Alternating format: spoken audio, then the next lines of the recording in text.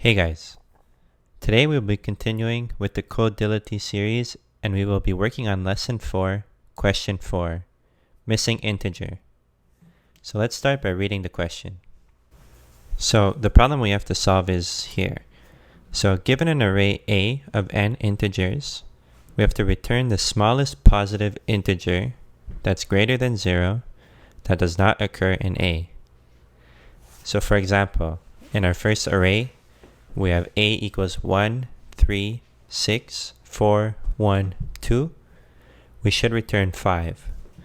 So the reason we should return 5 is because we have 1, 2, 3, 4, and then we're missing a 5 in our array. So it's the first number that we're missing. In our second example, we have array A equals 1, 2, 3. So we should actually return 4 in this because all the numbers are consecutive. That means that the next number is the one that's missing, so it's 4. In our third and final example, we have array A equals -1, -3. So in this example, we should actually return 1 because what we want to do is return the smallest positive integer greater than 0 that does not occur in A. So we have -1, -3. So then continuing on, we have 0 and then 1. So 1 is the next number. Okay, so now we're here in our Eclipse editor again, and we're going to start solving the problem. So as always, we're going to start with our method. So public static integer, our solution method that takes an array A of integers as a parameter. So the first thing we're going to want to do is actually sort our array. It's going to be the easiest way to find the missing integer. So we can do arrays.sort A, and that'll sort our array in numerical order from smallest to largest. Then we also want to initialize our minimum number, which is 1, because 1 is the smallest number that we can return because it has to be greater than 0. So then what we're going to do is, starting from 1, we're going to compare all of the elements in the array. So we're going to go from 1 all the way to the end. If we find a number that does not match, that would be the missing number. So we're going to start with our for loop. So we're going to go from for integer I in A. So that loops from I all the way to the end. If I is equal to our minimum number, that means the smallest number in our array was 1. So then we want to do minimum plus plus. So then our new smallest number is going to be 2. And we're going to repeat this for the entire array.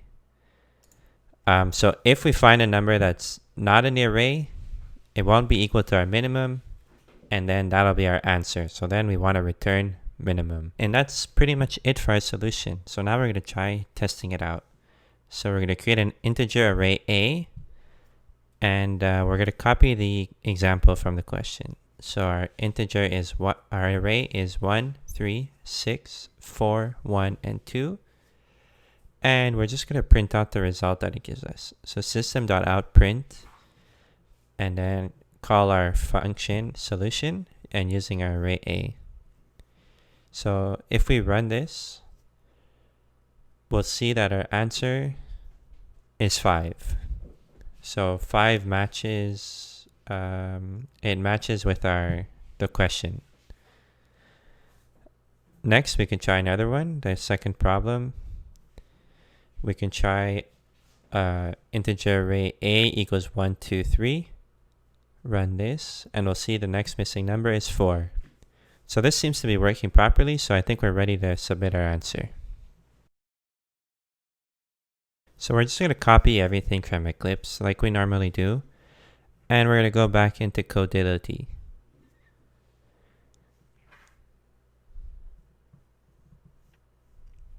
And we're just going to copy everything into here, into the solution.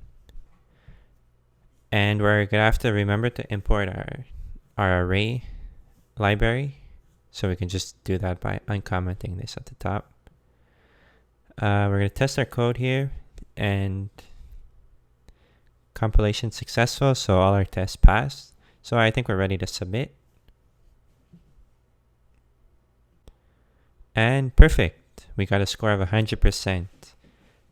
So correctness 100, performance 100, total score 100. And we see here that we have a detected time complexity of ON. All right, so perfect. Thank you guys for watching. Don't forget to leave a like, comment if you have any questions, and feel free to subscribe to my channel. It helps out a lot. Thanks.